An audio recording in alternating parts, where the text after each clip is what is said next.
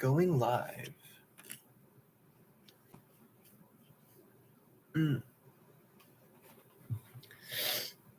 All right. Let's just get into it. Let's get into it. Okay. Jeez. In Slaughteric's analysis, the seriocomic cynical impulse is now split between the educated satirist who inherits the cynic's sardonic wit and low-level sect led by figures such as Peregrinus, composed of the unstable, resentful bums and moral zealots, outsiders and narcissists that have become all too earnest in seriousness and serious in their devotions. As Foucault characterizes him, Peregrinus was austin, an ostentatious vagabond, no doubt linked to the anti-Roman popular movement of Alexandria, addressing his teaching at Rome to an idiotai, those without culture or social and political status. Lucian lampoons Peregrinus for the matter of his death, claiming to have witnessed his self-immolation upon a prior at the Olympic Games in 165 CE. This vain act just about sums up everything that is wrong with street cynicism in Lucian's view, with its tendency to supercilious, naive, pompous, gushing phantasm, in which vanity and masochistic, martyr-like characteristics are combined. But if the street cynics were the moral despisers of their epoch, Lucian is hardly any better than Soderic's view. Lucian appears as the despiser of despisers, the moralist of the moralizers. His satire is a cultivated attack on the uncultivated beggar moralists and the whalers. That is, a kind of master's satire on the intellectual simpleton of his time. The death of Peregrinus, the victim of cynic comedy, are no longer representative of vain knowledge and culture conceit, but the downtrodden and dispossessed. Lucian cynicism denounces the critics of power to the powerful and cultivated as ambitious lunatics. Effectively, cynic critique has changed sides, its point of view trimmed to the irony of those who are in power.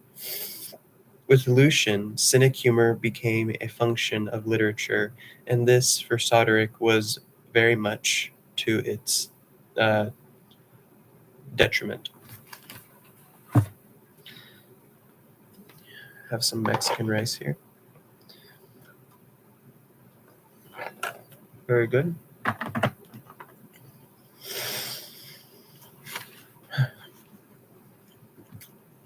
Next section is Julian.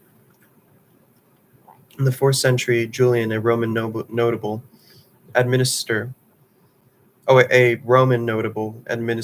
and philosopher who eventually became emperor from 361 to 363 DCE, devoted some time to the study of cynicism, goaded by the influence of street cynics were having on his shoulders and lower levels of citizenry.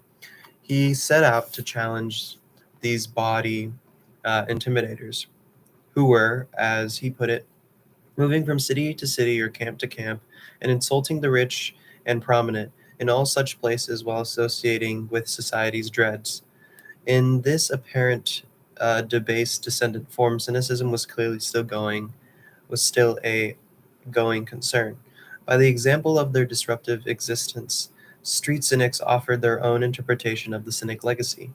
Julian, like those before him, found himself confronted by an enduring lived philosophy that addressed a wider and in his eyes not very cultured public, as Foucault puts it, drawing its recruits from outside the educated elites that usually practice philosophy. These false cynics are once again portrayed as outright charlatans, pretending to cultivate wisdom, but succeeding only in the cultivation of their ignorance. Particularly incensed by his contemporary, the cynic Herlo- Her, Heraclius, Heraclius. Julian denounced him a savage attitude of mind that knows nothing of what is good, fair, and decent, devoid of all respect, operating without reverence for the gods, hell bent on destroying all beauty, honesty, and goodness, trampling justice and honor underfoot, and perhaps worst of all, turning philosophy into a laughingstock. Street cynics were promoting a barbarian creed and were doing so right at the center of Roman Empire. These cynics pretenders should not have driven from the city, Julian decided. Death by stoning would have been more appropriate. That might sound extreme, but there was a precedent for this kind of violence.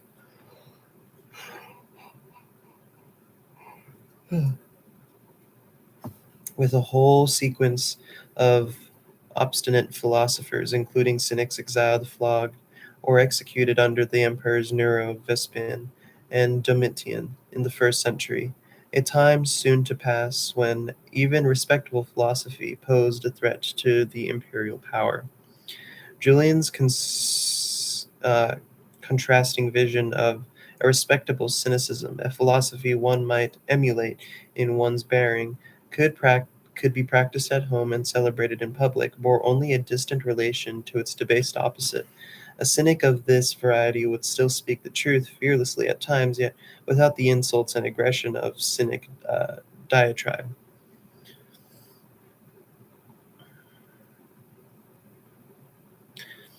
When delivered by the man of Padilla, such insights would be carefully expressed and could expect to be well received.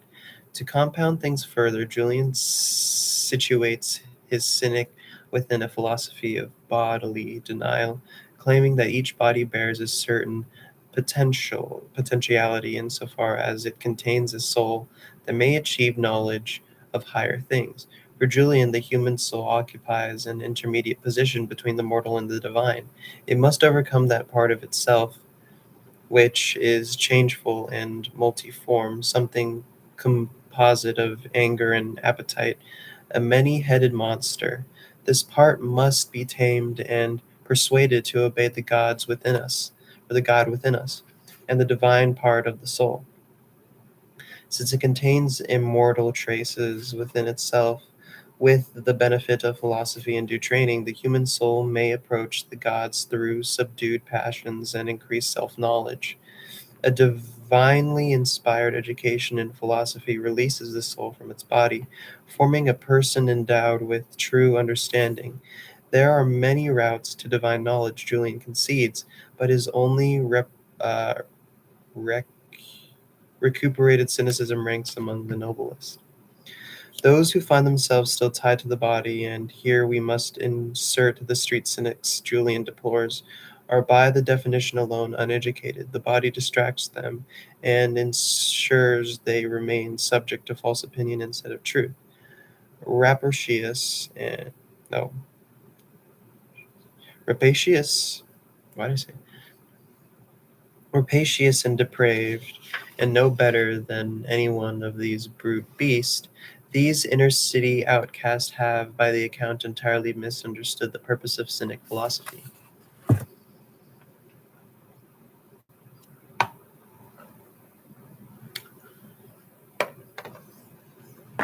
On your walk.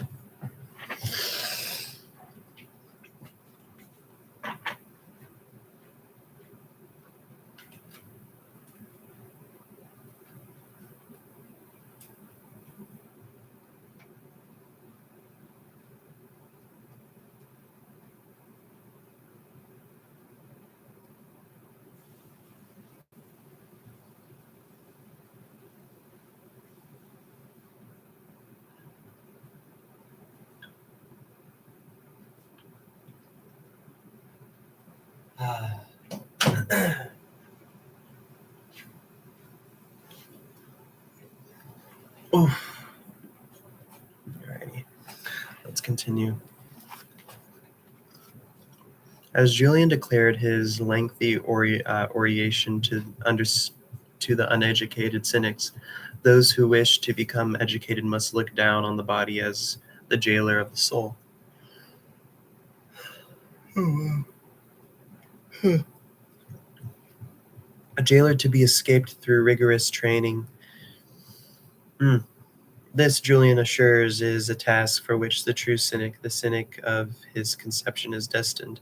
Although the cynic may be a harsh teacher at times, there were cynics who also charmed their audiences into submission, and here Julian gives the example of Crates, softening once more the depiction of the cynic as shameless and confrontational.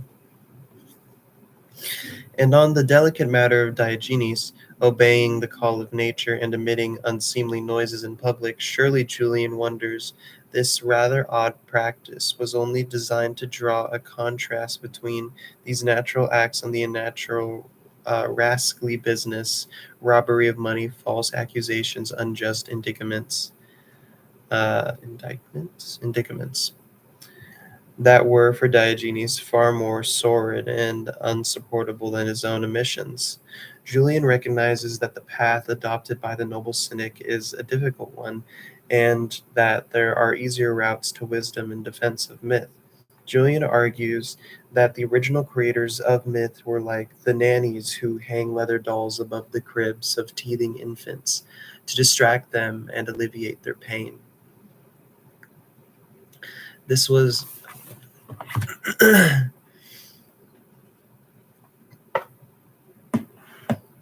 on a second here.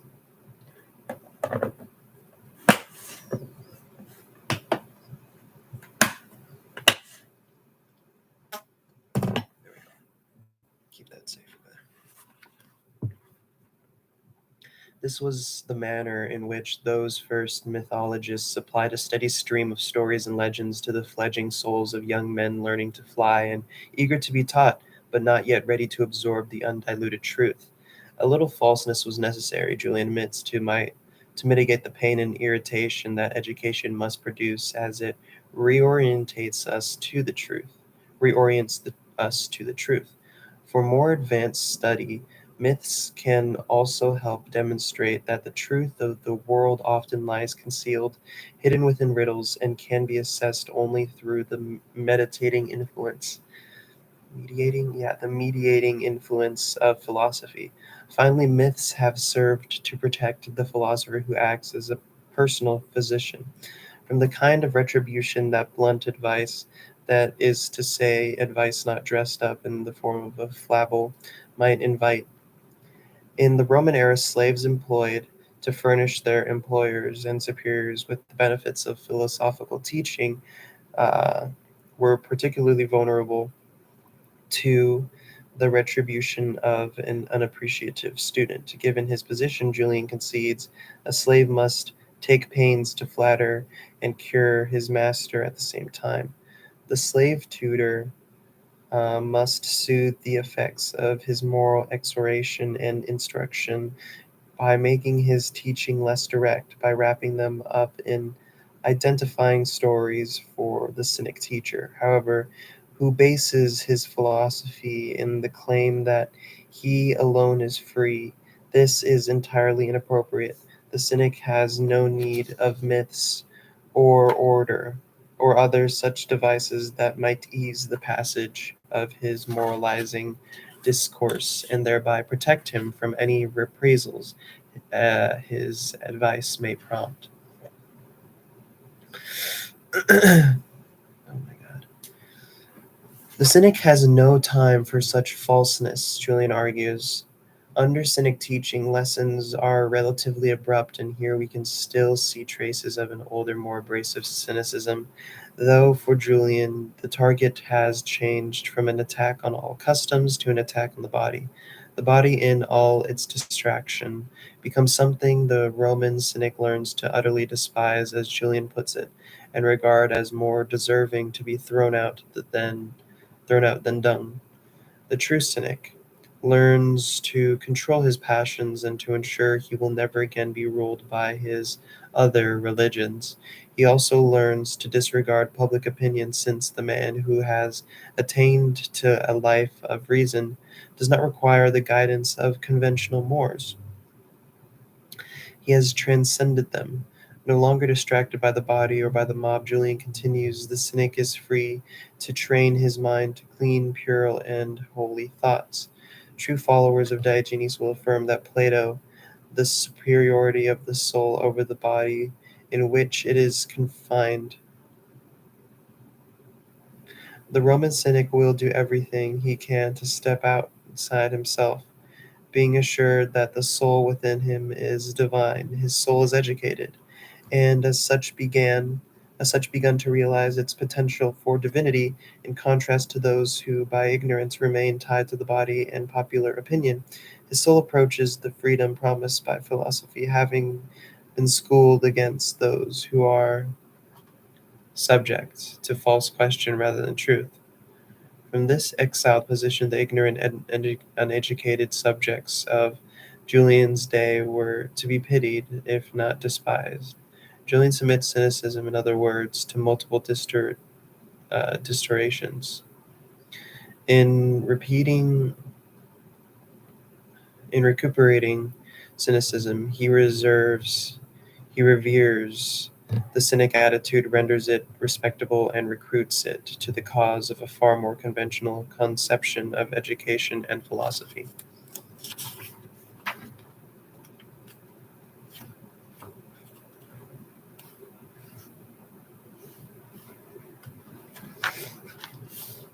Christian revivals. Oh, wait, we're on the next section. Christian ascetics and holy fools. We're just going to do one more page because I'm feeling a little sleepy. Maybe a nap time is in check. I didn't really sleep too much last night. Or at least I woke up earlier than I wanted to. I'm going to go back to sleep. Yeah. Christian revivals differed from their. I mean, maybe I'll do another episode today. Who knows? Once I'm feeling it a bit more. That might be not a bad idea.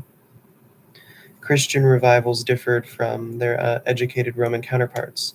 Since early Christians at first shared the Cynic's subaltern point of view, it was through Christianity that some of the more practical aspects of Cynicism were retained and transformed, where for countries, as Foucault argues, the major medium for the Cynic mode of being across Europe was Christian asceticism. Asceticism? The Christian ascetic lived according to a regimen of self-discipline and abstination from indulgence that bore resemblance to the extreme courageous destitution of the ancient cynic. Many cynic themes, attitudes, and forms of behavior were passed on and all but named through the intermediates of Christian ascetic and monasticism. Of particular note are the mendicant orders of the Franciscans, and the Dominicans. Those who stripped themselves of everything, went barefoot to call men to look at their salvation.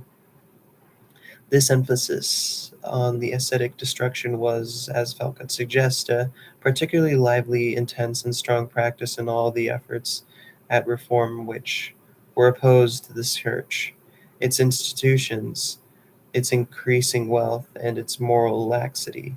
These traditions of anti-institutional cynicism lasted at least as far as the Reformation. Yeah, I'm gonna chill here for a little bit. And I think I probably will do another episode later. I'm just going to try to close my eyes for a little bit. All right. Thanks, everybody.